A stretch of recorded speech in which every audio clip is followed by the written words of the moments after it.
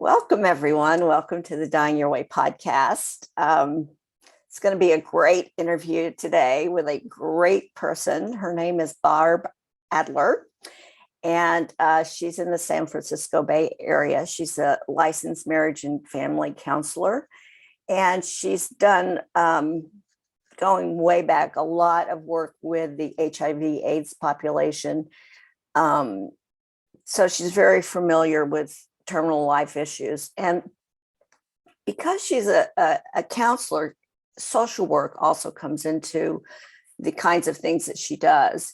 And one of the things that I really want to explore with you is, as we look at the end of life, how the palliative approach to the end of life is just very important, and a part of that piece is the social worker or the mental health worker that is helping people go through the grief process and the social support, psychosocial support that they need at the end of life.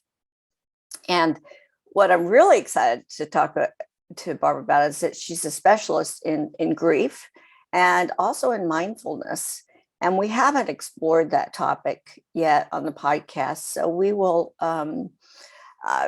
do more. Let me just read a little bit about Barb. She's, like I said, a licensed marriage and family counselor, and she now works with adult individuals and couples in private practice, specializing in chronic life-threatening diseases, in pain management, active duty and returning troops, veterans.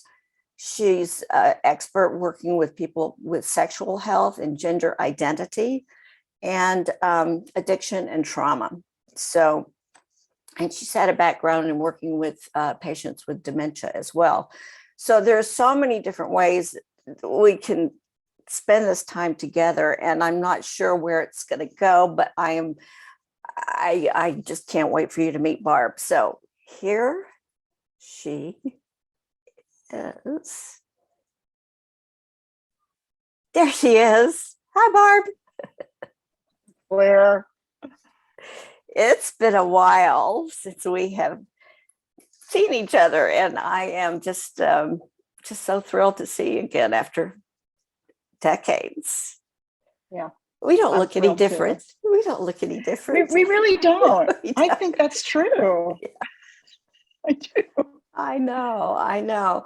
Well, how have you been? I mean, we talked a little bit beforehand about how you've been adjusted to COVID and how, you've been doing a lot of work remotely like everybody else. But how has that impacted, the patients that you're working with? I'm just curious how they're doing with this upheaval we've all gone through.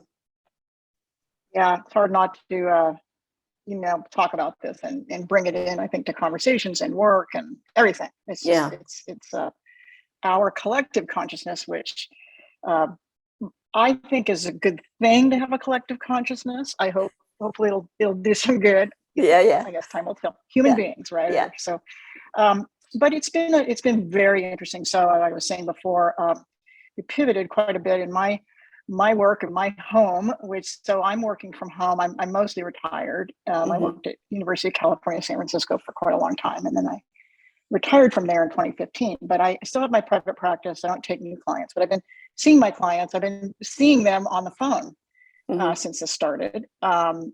We had some IT issues where I work. My wife used to travel and work, and now is at home doing trainings online. And so because she's the full-time worker and because of her work, we got to give her sort of the priority around some of that. But, it's parallel with my clients and the kind of work and what's going on for them. I have nurses, I have police officers, I have quite a few tech people now. I have... You mean your clientele? Your clientele? Yeah. Yes, my clientele. I'm sorry. Yeah, they're different professions. So they have, most of them have had, quite a few are working from home, but the nurses, the medical people haven't been. Police officer, people in safety haven't been. Yeah.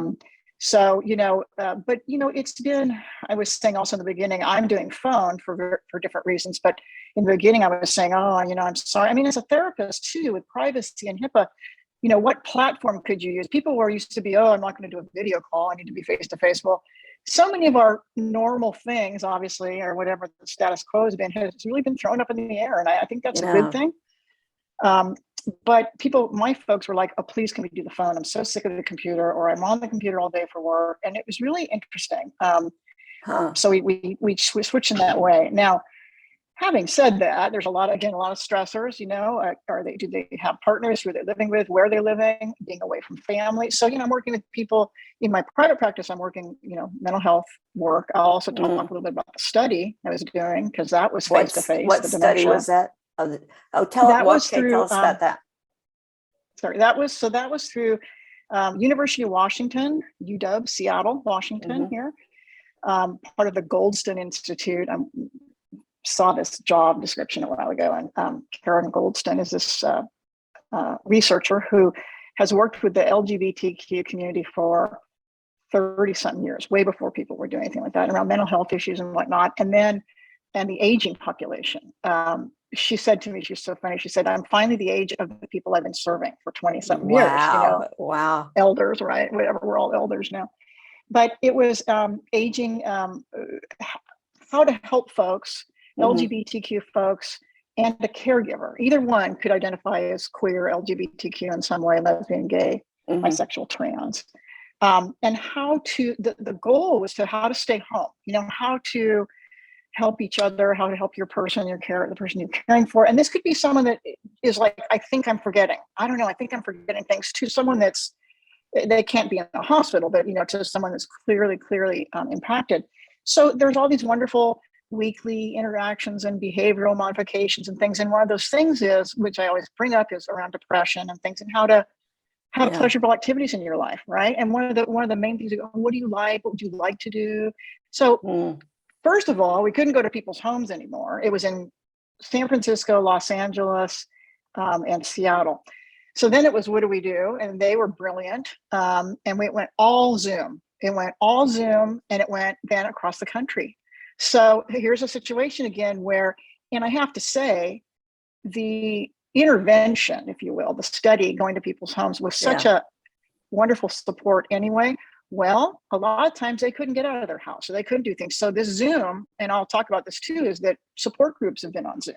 You can do therapy now. I mean, we're reaching people, it's crazy. But this piece of, what do we do when we don't feel good, or we're depressed, or we're anxious? What we do, we all tend to have, we'll talk about mindfulness, but we all have things that whether we're aware of it or not, and maybe we eat, maybe we watch TV, but a lot of times those things have been out of the house, or they've been with other people. And so I know I'm preaching to the choir, we all know, or seeing family, or seeing. So that was, the combination, I think, of going through this and reading about it, and hearing about it, people being sick and losing so many people. I mean, now most people know someone that they've lost someone, and because of COVID, or COVID. Just okay. Well, okay. So you're kind of painting a very descriptive picture of what it is like now, certainly in these last couple of years. But go back in history, and when you were working with HIV/AIDS patients, in the Bay Area, the kind of mental health issues and the social needs that they had. I mean, they were dying of a chronic progressive illness, and you still have a population, whether they're aging in dementia or they're still dying. So what is the difference in the kind of mental health and social support that you gave then and now?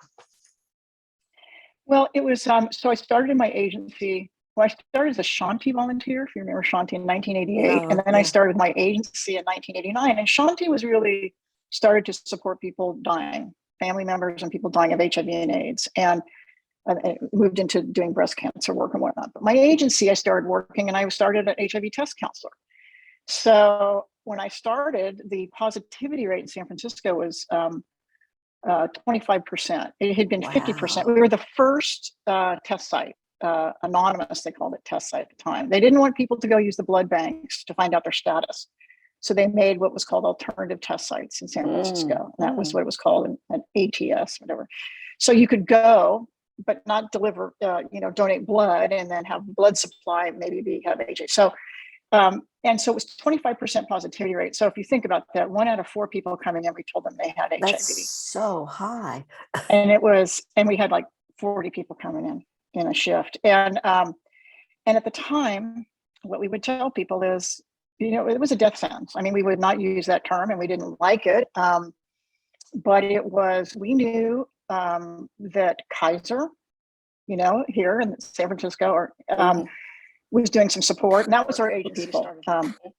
My agency is part of UCSF, University of California, San Francisco, and was part of 5A, the ward up at San Francisco General. And so they were watching these people so sick, dying, all the stigma, everything. What do we do? And all the family members, et cetera. So we started the mental health support. That's basically how the agency started. So I started and I was doing the test sites. And, we would say to people, they'd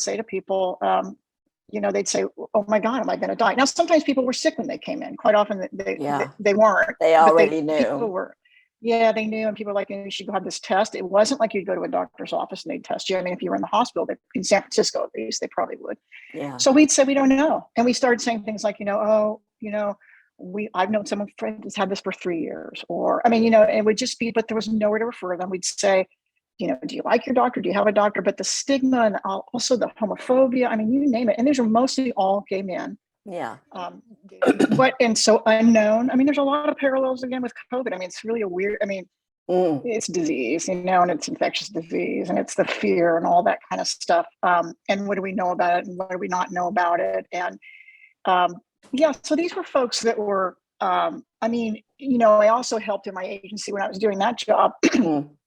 I helped run the volunteer therapist program, it was called, very part-time. And what that was someone. So the agency was started in 84 and I came in 89. So I felt like a new kid back then. But someone started what was called a volunteer therapy program, which was finding therapists in the community, mostly LGBTQ, but not always, that would give their time for free.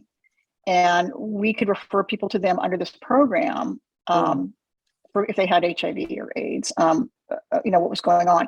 And that was, now there's all sorts of listservs, and you look for someone that's gay or queer, to fit who you are. It's wonderful. But that was so rare back then. And what I'll say is one of the main things was it was supportive counseling. So our work was supportive. It was so many people started working with death and dying. Whether we wanted to or not, or what we thought about or not. And what was that like? And again, in our world, in our community,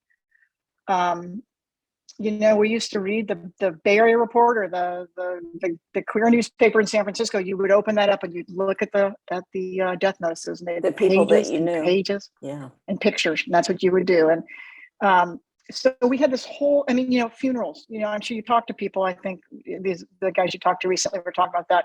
I remember and I used to give sometimes a negative test result to people and have them break down and sob and cry. And it'd be because they're the only person they still knew that was negative. There's all sorts of survivor guilt.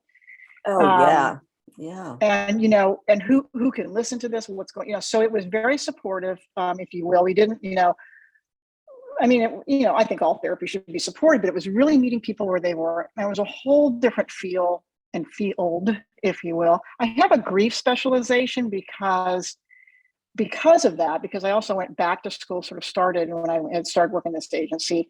I decided, I'm going to do this now. I made a shift. What was it about that? Because not many people are drawn to that. What was it about that really drew you into specializing grief?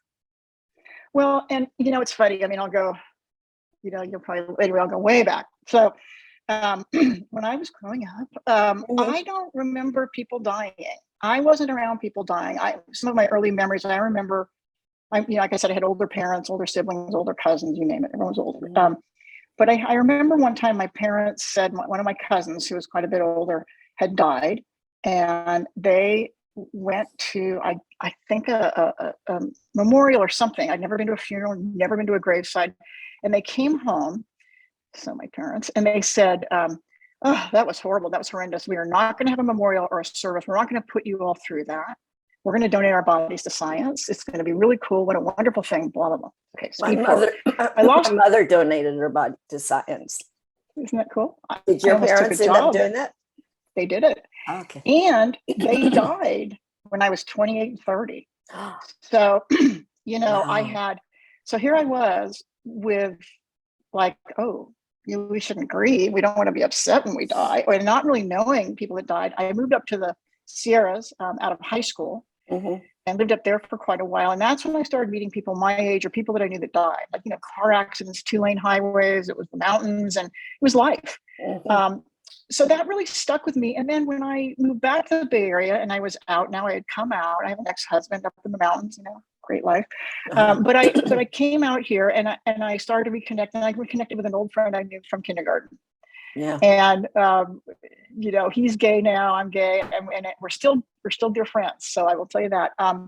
But he had HIV, and I thought, what am I going to do? This is a pretty common story. They say the lesbians came in and helped the gay men, but it's whoever was around these folks, our community. And so that's why the grief. I thought, chronic illness, this is what I do. I like, and because I really enjoy it. So what I like about it, to kind of get back to your question, one of your questions here is so present. I have not been there like your work, Claire, and who you are and what you do. And I got a list of people that want to come work with you. So that's another thing.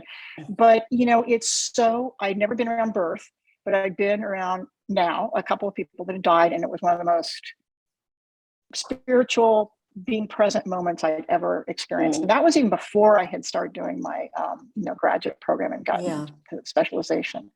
So I just thought, I love it because it's such a part of life. It's such a part of living to me. Even, you said that you hadn't been exposed to death and dying like that's unusual. Most people have not been exposed to being with someone when they die. It's really been removed from our sanitized, like it doesn't happen. So the only exposure we're seeing is like, God, what's happening in Ukraine and, or gaming or things like that.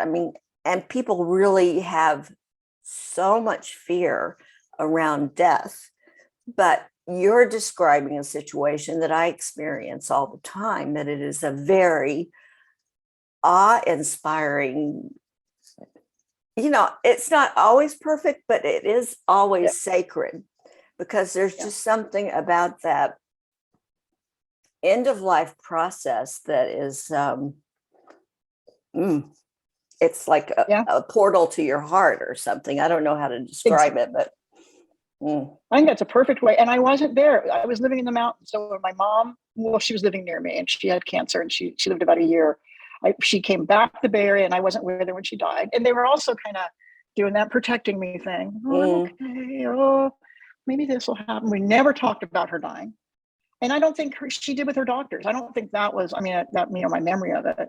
And then my dad, a year and a half later, had a heart attack and died. And I was also in the mountains. He was in the hospital. It was sudden that he died. It was sudden. Yeah. Yeah. So I wasn't even around them, and of course there's nowhere to go to a cemetery or a memorial or anything like that. It didn't seem hard or odd to me at the time. I do wish I had something, although I do and I don't. It's just what it was. And but I do think that secret piece, and that's what I think is now, it's something when people are aware of and know people, or even just people that are in the hospital and might die. It's very, to hear so many people in different generations, and, that's what it feels like to go back, and to also hear about PCR tests and rapid testing. We created, it's also, we have many of us, let's just go there. Of course, I'm so old, I'm spacing on his name, but our wonderful Fauci, Anthony Fauci, HIV. We worked with him in HIV and AIDS. So, many of us, of course, I know it's all different around the world, but many of us are like, yes, genius, trust these people. My friends say, what are your research friends saying? Talk to your people here and talk to your people there. What's going to happen? How long will this last? And which I also think is another God's gift, in my opinion, about if we really thought it was going to last 2-3 years or go have another wave, what would we have done? So Yeah. Someone's taking care of us in some way. I mean, I know that. But again, the mindfulness, that to me, mindfulness is just being so every minute trying to be as present, be aware. And there's not much else you can do if you're really present with someone dying or sick, or Yeah. I mean, and remember, these are folks that your family, your lovers and partners couldn't come into a hospital room. I mean, these were, but very similar. People came in full gowns, but these were, so to be cut off from your loved ones was you're dying, and to have the stigma, different, Well, but same. oddly enough, I've started working with people that are in the medical community that are, in the mode of always healing patients. And now they're working with people that are dying, and they have had no training in that, and they are suffering their own, burnout, high stress, depression, anxiety, just overwhelming sadness of being with people as they're dying, when they're used to like getting them well and sending them home, and they haven't had the experience of seeing people dying. And I hope there's a silver lining in this, that they will do a better job in teaching death literacy to medical professionals.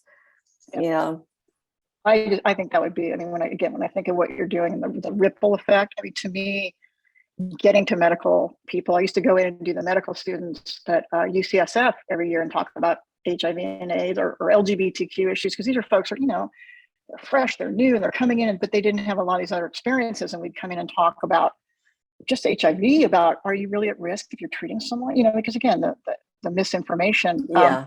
But I think that, I mean, palliative care, hospice, and again, I'm in an area where it's just, most of my friends are doing that now, or, it's not hard to find those services. Well, in the but I Bay think it's Area, true.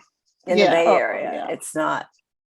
And no, I was just going to say, there's a great, great, great palliative care doctor, Dr. Michael Frackin, who I think he's in Marin.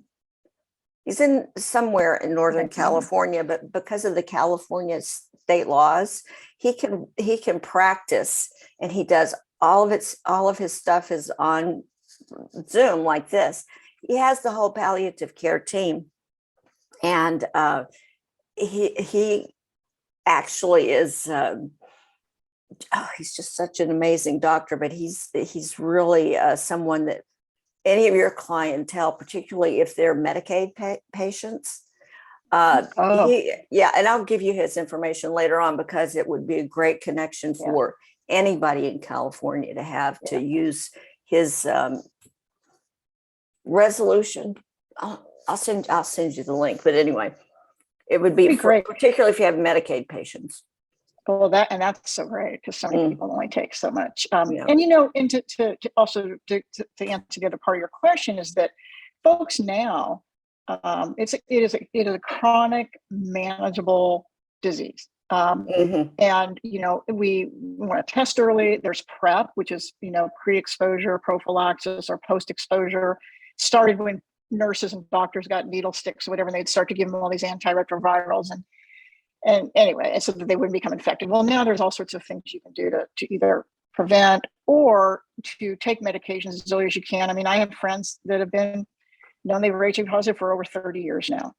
Some we thought we were going to lose, and then they rallied, and medicine kept changing. And so now, again, though, we talk about racial health disparities, socioeconomic, geographic, cultural. That's not always true. If you don't, if there's so many disparities, health disparities, and if you don't have good care, or you're homeless, I mean, you name it. So I'm saying it's a chronic, treatable, manageable disease now.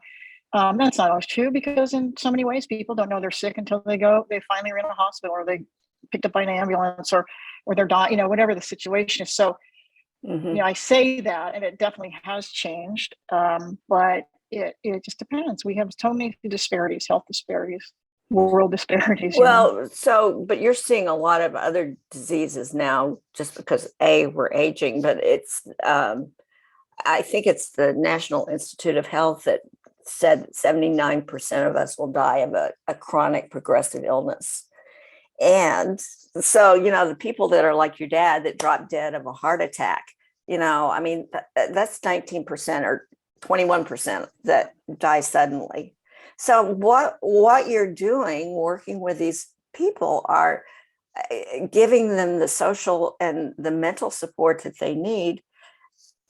79% of us are going to need this kind of support. 79% of us. And I don't need to tell you how the 65 and older population is one of the fastest growing demographics. It's not going the other way. We're hanging around longer and longer, We're booming. We are booming, that's for sure. Yeah, Which, I worked that to get my vaccine and booster. Be like, look, I'm really old. I have to. My friends are like, oh, I wish I was old now.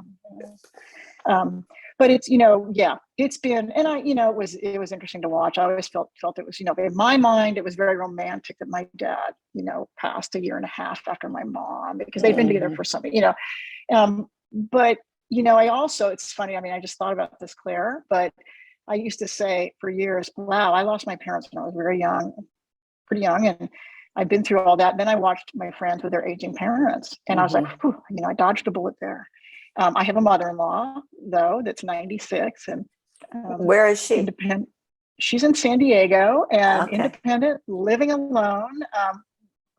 Has it, I mean, she's probably in better shape in a lot of ways than I am. So she's always been a very active little Mediterranean woman. And but so we're dealing with that, and my wife has more to deal with that than I do. But then it was, so I used to, people say, oh, you're lucky this happened when you were so much younger. Well, it's all relative, and the truth is that now I have my peer group that these things are happening, and I've lost a lot of people to HIV and AIDS, and I've lost a lot of people to breast cancer, and you name it. I mean, when many of our community would die, people, would be like, I remember when different colleagues or friends would die, not of HIV. If they had HIV, we'd be like, whoa, well, the medication created a lot of heart disease in people and other things, but it'd be one of those things like, wow. And people would even put that in their obituary sometimes, non-HIV related, but people didn't think they were going to live that long. That's what I was going to say, is I remember giving this result, the negative result, to this person that was so upset. And when he stopped crying, he stopped upset, he said, I'm on my third address book. This will probably start crying. I'm on my third address book of my friends. And he was probably late 20s, early 30s, I bet, or maybe probably mid 30s, I think. To think about that you're on your third address book because your friends have died. I mean, who goes through that? There was a funeral every week. There was, you name it. And so, but we were all so, used to it in some ways. Well, like you're talking about the providers, I did a support group through, it was called Kairos House in San Francisco. It was part of, I think, one of the churches. For a couple of years, I did a caregiver support group, and it was nurses and social workers and therapists, and it was professional people. It wasn't just family. There were caregiver for family. The hospitals did a lot of that. Started a lot of that, but that was because people were just so burnt, didn't know where to go, and also didn't want to go to a support group if they had their patients and their clients there. I mean, it was very interesting things we create and do to support people. Now when I work with people that have a chronic disease or an illness, or if they think they're dying, whatever, I mean, it's supportive, meaning, how are you, what do you need, what's going on? But people still want to, I think part of that is I'll own some of that. I mean, my brethren, but we thought, oh, no one wants to work on issues. No one wants to get into other psychological stuff when you're dying. And I think that's true for some people, but we don't know. Everyone's different. So I've had people that are very ill, they're saying, oh my God, I remember this, or, I haven't talked to this family member now, or I noticed this is happening. I mean, we need to be able to do. No, I mean, I will say that often people that I work with, that are in a lot of physical pain, which is managed, the emotional pain that they're in is worse than the physical pain that they're in, and that is part of the holistic approach in that palliative care uses. And this is why I wanted to interview you, Barb, it's that people don't realize that that kind of support is something you can ask for as part of the services that are provided at the end of life. And sometimes the people that are providing that are social workers. Sometimes they're therapists like yourself, or sometimes they're clergy, but Yeah. people that are going towards the end of their life with unresolved issues can be very, very painful. Unresolved relationships, guilt, you know. And it's hard for them, let alone for us, to be around, or it can be. Oh yeah, I think that's very true. My early training at the Shanti Project, they sent me my first patient. It was in the hospital, and they told me he'd been a therapist. I didn't know him or anything, but I walked in. There was another colleague I knew was there visiting him, and I wasn't late, but he thought he was. So also, people early on were getting a lot of dementia, before any kind of medication. So HIV would go through the blood-brain barrier, and we had a lot of early dementias and things like that. So I walked in, he slammed me. He thought I was late. I mean, whatever. But I was like, I just had my training, and I went back. I talked to my little group supervisor, and he said, sometimes you think people are dying and they're going to be so sweet. They're dying now. And he said, people die. I mean, it's going to be all over the place. So, if you think someone's going to be sweet, because this friend of mine was saying, oh, this is one of the sweetest guys in the world. He was just laying into me for whatever, just what was going on. And I love that, hearing that. I thought, yeah, you never know. And some people, it's amazing. But again, family members hope it's a certain way. Friends hope it's a certain way, but yeah, that painful piece in pain. Sometimes when they're talking about it, though, and they have, once they can actually articulate it and get it out, then they see that it's not the big deal that they've blown it up to be for 40 years. Why did I hang on to that? I mean, it's true, though. I mean, and as people are dying, and their ego is separating, and the things that used to be so important just are not. They just are not. Yeah. And again, that's one of the things that I love about being with working in this, with this clientele, is that I see every day that the things that really matter, don't really matter that much. They just don't. Absolutely. Well, and that witnessing. So like the physician you're talking about, Marin, and the work you do, who cares if it's video? Who cares if it's on the telephone? You know what I mean? Like it's witnessing. First of all, it's getting it out. Mm-hmm. I think there's a beauty in, not everyone has to talk about things and get it out, but there's that witnessing. So someone else is listening. I think therapy is just, we all seem to be all trained, and people think we're all this and that, but it's human beings sitting there listening to you. It's really, I feel like I'm just the conduit. I feel like my job is to help people understand who they are, understand their self, live in their best selves. And they're the experts. And hopefully I can open that up for them or help them with that. So there's that witnessing piece. Again, I think once we talk about, I think it's right brain, left brain. I really do. So, once we talk about something, we're going into our, left brain, as opposed to the trauma side, the right brain. And there's something about that. Also, as I get older, I give less, I won't use that word, but the things that are so important. Use the word. What were you going to say? I have a lot less fucks to give. Okay, there you go. Someone told me that, I have a friend that's 95, and boy, she has no more to give. And I thought, I mean, again, if I'm aware of what's going on, and I can judge it, and I can do the whole thing, and, be all critical of my thinking, but really, and I don't, that's what I used to always hear. And I had older people tell me that, but, until you're there, I don't know what that is, and so I always think, ooh, then hopefully it ramps right on up until that time, when you're getting there. I love palliative care. I love that people can be out of pain, so they can hopefully, be in more comfort to be able to experience those things. Pain is horrible, And I think another misconception that people have, and again, people that I work with, I try to educate them to ask for palliative care before they're ready for hospice. You can get palliative care while you're in a curative stage, but you have to know to ask for it. Absolutely. Yeah. Palliative care, the hospice care, like you're talking about. Exactly. So to get it out, and wouldn't it be, it would be beautiful. And I hopefully it will come that your medical provider or whoever you're talking to suggests that. And then, yes, I tell people for years, I remember saying, ask the person in the hospital for the social worker, or tell the nurse, and again, we shouldn't have to ask, but if we don't know, thank gosh, someone's telling us to ask for it. And because there are these people, You know, I mean, I've heard stories left and right about people thought they were dying and the priest or someone came in and they didn't even know who it was. They didn't even know why there's a priest there. I mean, it's so interesting to think Oh, that's the person that came in the room, you so know, and I they're like, have oh, I have a just sort of an elementary question to ask you because I've thought about this. If Do most hospitals have a social worker that's under their employ? yeah. I mean, as far as I know, I mean, I think it depends, but even small places I know have some sort of social work. I don't So know. the greater question that I have, if that's the case, would that social worker be have any kind of conflict of interest with the hospital and the patient? Do you understand what I'm asking? Because I Yeah, don't. I do. I mean, you know, do no harm, make sure we're healing. Do you mean it that way, like around life Well, saving or what? I'm thinking of a hospital's bottom line, say, and there have been maybe medical errors, or maybe there have been, a capacity issue, and they just really need to move people out, or under medicalizing, over medicalizing, Yeah, that social support because of that is needed.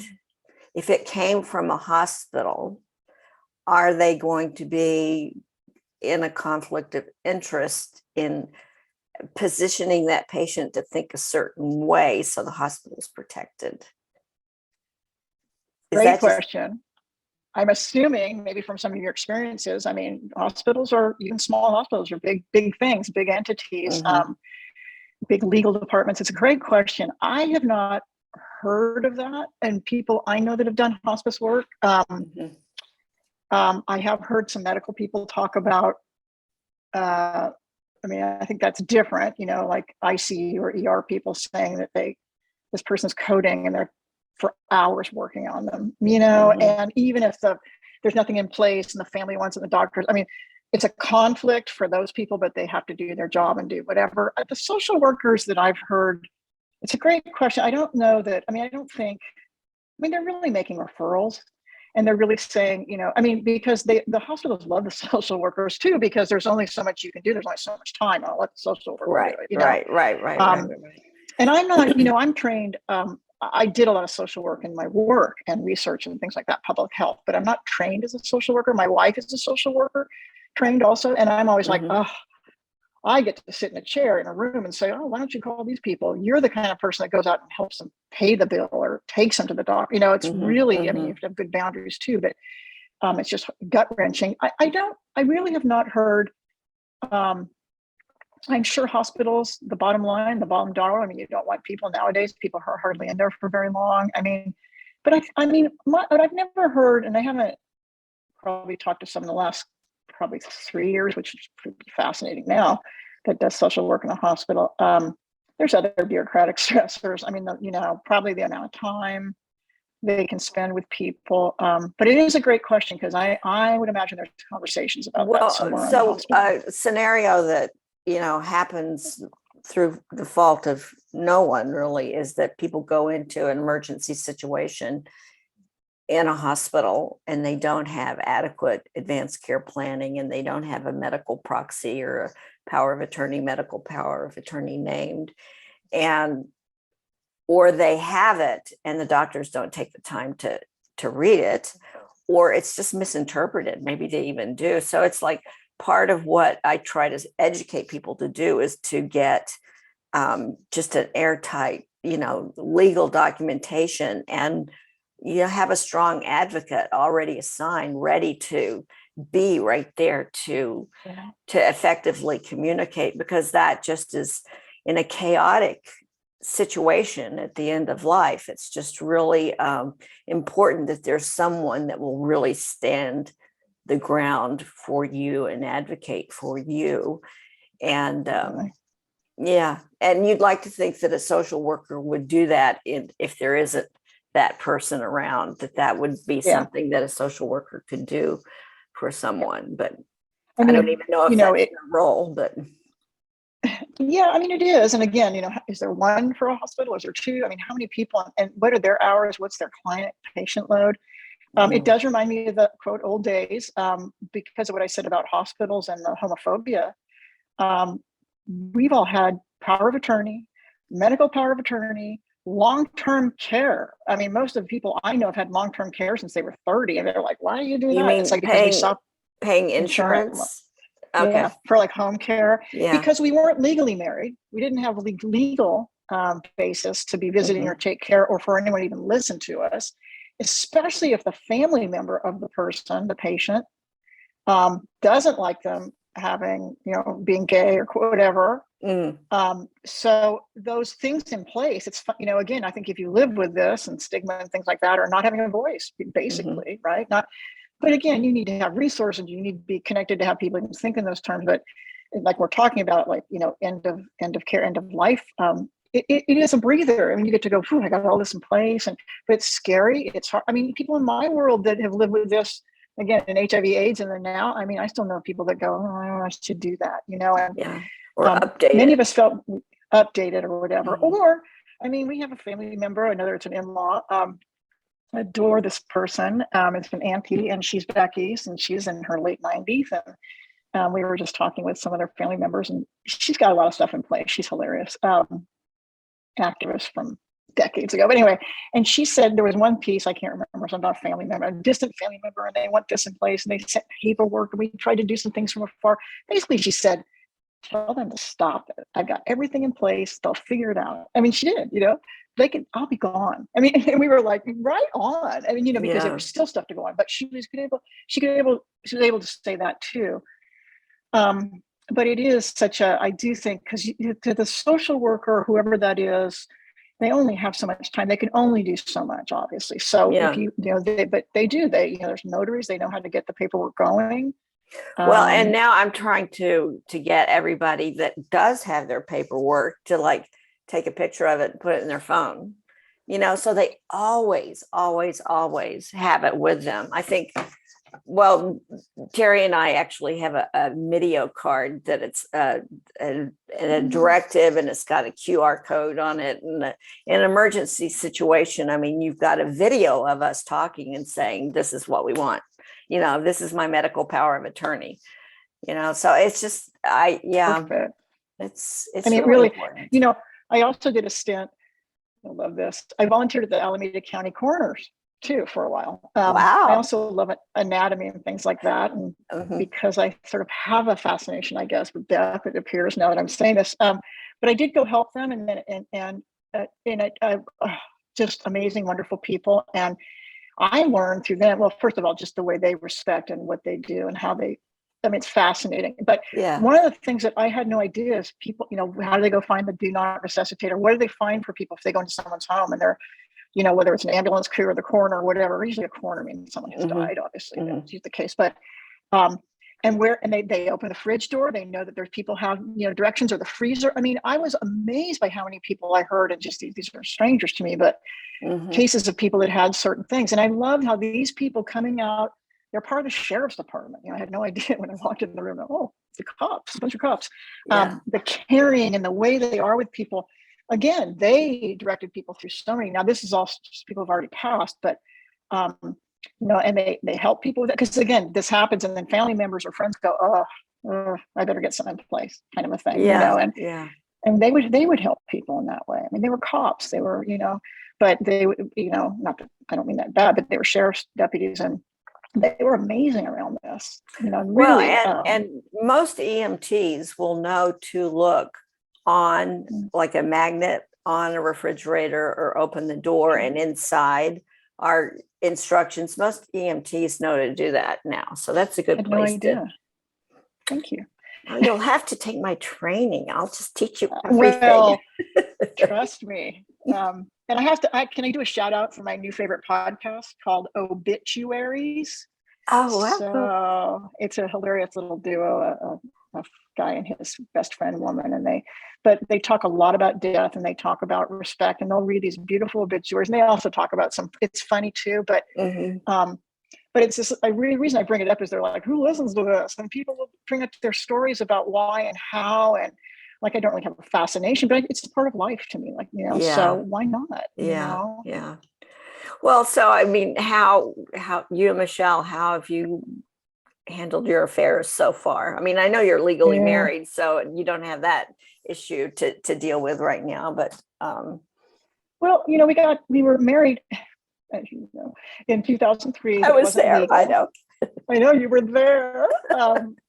We should post a picture of you. And then legally in 2008, and I Uh-huh. tease my ex-husband, I've been married so many times to the same person. And he says, oh yeah, I've been married so many times to different people. But but way before we were legally married, I mean, we were together for a couple of years and got married. So we do have all the legal forms and whatever. We've talked about what we want. Mhm. Do we want cremation, burial? Do we want a party? Do we want this? Do we want that? Which, and that keeps changing. The beauty of that to me is, Mm. now do we want to be planted somewhere? Or do we want to do the biodegradable mushroom suit? I mean, thank goodness these things Yeah. are being talked about more. Yeah. And so we have all that. And then there's a little bit of room. We feel like, we don't have it, but we've had that. Like I said, we have long-term care for years and years, although that company is going under over here in California. But these peace of mind, we always make sure we have. So just again, and we both worked in death and dying and hospice, and Mhm. Mhm. so we just want it to be as easy as possible for what we want, and then to Yeah. support each other in that. Yeah. If we go away on a trip or we do something in those days, we leave our wills and whatever in an envelope and leave it on the Yeah. table for the cat sitter or whoever. It's things that, like, oh, I've had friends say, oh, that's so morbid when I walk into your house. No, And I'm like, it's not really? at all. If it's It's gonna, not if at we're all. on some wonderful trip and we're surfing and we go that way, hopefully, you're going to be able to help us. Cats, I mean, we have it down who gets what. People think, oh, I don't have any money. Why should I ride a wheel or a trust? It's like, you Oh, get to do whatever you want with it, and if it's, because that's, I don't know, for me, I'm like, oh, I don't know, I think I'm and ready. I think it'd be interesting. people tend to underestimate what the value of their estate is. And Yeah. I don't know what it is now in California, but it used to be like if you had anything that was over $10,000, it went to probate. It was, Yeah. I'm sure the Yeah. amounts have changed, Crazy. but yeah, Yeah. so you And gotta we have a have, that's, will. my mother-in-law has all this in place, a living trust, the whole thing. I mean, I don't know if she's written down. It's not, I don't need to know all the details knowing her. She hasn't quite done that. But, again, she's like, I'm doing the best. I'll do the best I can. And it's a very loving thing too, I think, for those. And, no Yeah. one has to do it. Same kind of thing I was saying about this other person. You do what you need to do, and you get to make a decision, because I've seen people try to guilt people and really shame them into whatever you're. So they're like, it's my decision, Yeah. and it is. Well, and the people that are left behind are, sometimes there are negative issues that come up over an interpretation of how it should have been. And it's just, if it's really like very clearly stated and understood, it really smooths the way for relations, after the effect. But I also want to, so we're talking about something that's really important with advanced care planning, but I really wanted to have you spend some time talking about mindfulness and how you use that teaching your clients, but even for yourself, because I'm sure it kind of helps you with boundary issues with clients. Just tell us what mindfulness is and how it works for grief and the work that you Well, do. yeah, if I get this right, that'll be great. I don't know if I'm an expert. I try. I mean, for me, mindfulness, I mean, there's so many ways I could to talk about it and experience it and understand it. Mm. For me, mindfulness is truly, truly trying to just be with me and within me, and really be mindful, be paying attention to who I am, what I'm feeling, what I'm thinking, Mm. the dangers of both of those and how they interact with each other. You know, I like to sit in quiet, or lay in quiet, or be in quiet, and it calms me down. It just reminds me who I am, and reminds me, for me personally, just sort of, okay, what's my role, what's going on. Like, I love when people talk about the stories we tell ourselves and all that kind of, because our Mhm. brains are amazing and they're fantastic and they're real strong and they're real active, and that can be wonderful, and it can be, it can just keep going. So mindfulness and calming down and slowing down, and again, like being aware. So in my practice, I like to do all sorts of things. I mean, I'll do the basic. I'm a therapist. I'm going to interpret these things and blah, blah, blah. Cognitive behavioral is what the term we use all the time. But that's, to me, that's mindfulness, right? So it's, I'm thinking and I'm feeling like I don't, people, every new theory sort of banks on another theory. And I think that's great. But the wording we use, so I use that a lot, and I had never thought of cognitive behavioral therapy as mindfulness, but because I've had a lot of it, it is. It is. Yeah. I really hadn't thought of it that way. It truly is. I mean, when I do, I have a meditation mantra that I like to do, and sometimes it's out loud, and a lot of times it's internal, mostly. Mm-hmm. And I know when I'm doing that. I mean, I think there's a lot of levels to that why I'm doing it, but one is I'm focusing on it. So, I'm tired, or what if this happens? What if I can't sit here? What if do I have to do this tomorrow at work? Oh my God, I have to call so and so. And that's cognitive behavioral because it slows it down. Yeah. So I reframe stuff all the time, and I try to help folks. I mean, people will say, and I won't even say, let's meditate, or, it depends on what it is. Because I think people also meditate. I mean, I point out to people, I think, you play tennis every day, 3 hours a day, you're probably in that zone when you're doing it. Your art, your music, your running, your reading. I mean, reading, though, maybe we're getting more cognitive, but, so it's just to me, it's a part of everything, hopefully. And one of the main things I think for me and for everybody is we forget, so we have teachers that help us. We have friends that help us. We have scriptures that help us. We have, you name it, books, podcasts. I mean, we have things that remind us to get back to who we are, hopefully, and that mindfulness play. So a lot of times I just like to point out what people have already been doing, reflecting, basically. I mean, but I think it's key. I'm going to just read something that I pulled up about mindfulness, because I mean, you and I both, meditate, and you and I both have, ways that we know work, but mindfulness evidently really comes from a Buddhist tradition, which it says mindfulness is a multi-dimensional construct originally drawn from Buddhism and simplified for clinical use with patients suffering from stress-related disorders. Kabat-Zinn, who defined it conceptually as paying attention in a particular way on purpose in the present moment and non-judgmentally. Substantial evidence suggests that mindfulness therapies, which incorporate meditative practice, yoga, and mindfulness philosophy, are beneficial for depression and anxiety symptoms in general. 5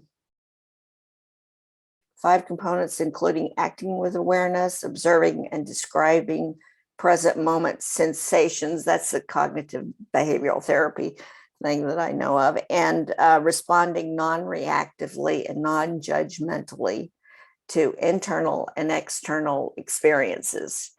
So I just pulled that up in researching for this podcast, so I would kind of be able to have a conversation about it. But I'm just so glad you said that about the cognitive behavioral therapy, because when I was in therapy, I was in there because I was having anxiety disorders that were just like panic attacks, really.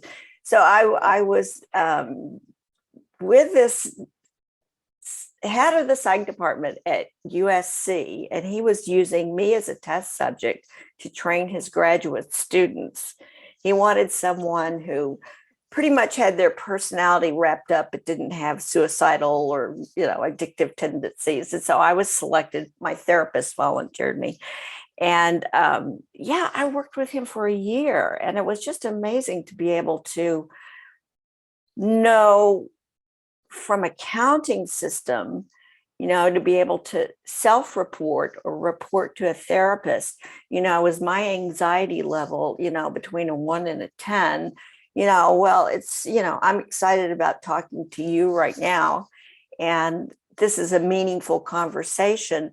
So I would give myself like a 6, but it's good anxiety. It's not bad. Yeah. But if I was on a ski slope and I'm a beginner and I get off on a black diamond and I'm going down the hill, I'm at a 10 and plus, but to be able to have the presence of mind to be able to articulate that to myself. I don't know where the non-judgmental piece comes in, but that's, yeah. Yeah. When you find that, yeah, you perfected that, let me know that. Yeah. I mean, I think it's, one thing that's been going on too, and all my clients in my practice, and then when I was doing the study, the dementia study, I haven't done the dementia study for about not quite a year now. It ended too, but they're starting something else. Is how many people feel so validated with their anxiety and depression lately, because so many people are feeling anxiety and depression through this COVID experience, whatever I call it. Yeah. And talking about it. So, all these people now, stars, people that people follow or whatever, or family sports figures. Oh, yeah. Yes. I mean, the tennis world, that does, coming out, right? There's National Coming Out Day. So people can see someone that might be gay and you can go, wow, okay, they live their life, whoever that, it doesn't even matter who it is, right? Representation is huge. So when people say, I'm not going to go do the open because I've got anxiety, or I'm not going to do an interview, or I'm not, that is huge. I mean, who knows all the repercussions of how many people, and also family and friends. I mean, more people talk about, oh, I'm sheltering in place, I'm an introvert. Oh, I'm afraid to go. People are talking about anxiety left and right. And as you were talking about, when we can understand it as much as we can, what's going on. I mean, you can sit or lie around or do whatever. I've had the experience. Sometimes I'll notice, like, what am I feeling? And then even in an hour, why am I feeling different? What happened? And why am I feeling that? And, I mean, our bodies are chemicals, hormones. I mean, everything that's going on in the world, of course, we're going to have all these different thoughts and whatnot. So again, I think, and, there's a narrative therapy theory too. Actually from New Zealand. I'm not saying that's you, but I don't know narrative therapy. This is new. Yeah, I mean, that's great. And it's about telling the story. So again, it's nothing new. In my opinion, these are just different ways of describing all these things. Like I love that the Buddhist, I love that comes from that. Yeah. So, narrative therapy is I start talking about it and I can get it out. And you also said observing ego is what we talk about. So when I'm able to say, oh, I have anxiety, or, when I do that, or that's me sort of stepping out, if you will, and observing myself. That's very healthy. Yeah. Witnessing. So, and again, do we do it alone? That's what a journal is. I think if everyone had a diary and a journal, there would be no therapists. Or if everyone was able to talk with each other, I mean, yes, it's good to have people that aren't your family to talk to too. Yeah. Or partners or whatever. But yeah, so it all fits with that. I think that actually, one of the techniques that I work with families, and even in the hospice volunteering that I do and sitting with patients and things like that, is doing co-breathing. So breathing with the person who's dying, and then at a certain point the breath gets very irregular, and then it slows. But if you are aware of your breath while you're there vigiling with them and just really staying in touch, it just changes the energy of the room immediately, just observing your breath. I'm a little speechless, odd for me, but I mean, I'm taking that one. That's, I can't imagine. And I just think that would be just amazing for everybody involved, because you had the breathing piece and breath, right? And everybody, that's a simple instruction you can give family members, or, if you're sitting alone with somebody, it's just something so simple to do. And it works. That's great. Every time. I love that. I just wish everyone, my thing is everyone needs to have Claire O'Berry in their life, personally and Barb professionally. Yeah. And I can't say Claire, I have to say Claire O'Berry. So yeah, I know. That's all right. That's all right. It's getting the name out there. So that's good. Barb, thank you so much.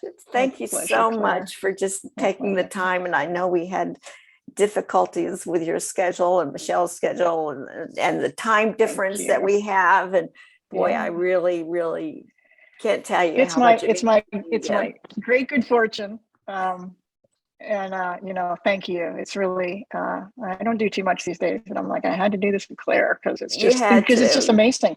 And we got to get the word out. and I want to take Yeah. the trainings. Okay. Well, Thank we'll you. talk about that later. I will get you the information. I want to get you the information about Michael Frackin too. So, all righty. And I'll get you this. I'll get you the UW the study, because they do a lot of elder and they'll be doing end of life care. And I'll give you some of that information. Well, we'll too, stay on. I'm going to stop the recording, but we're going to keep okay. talking. So, all right. Bye. Thank you. Bye.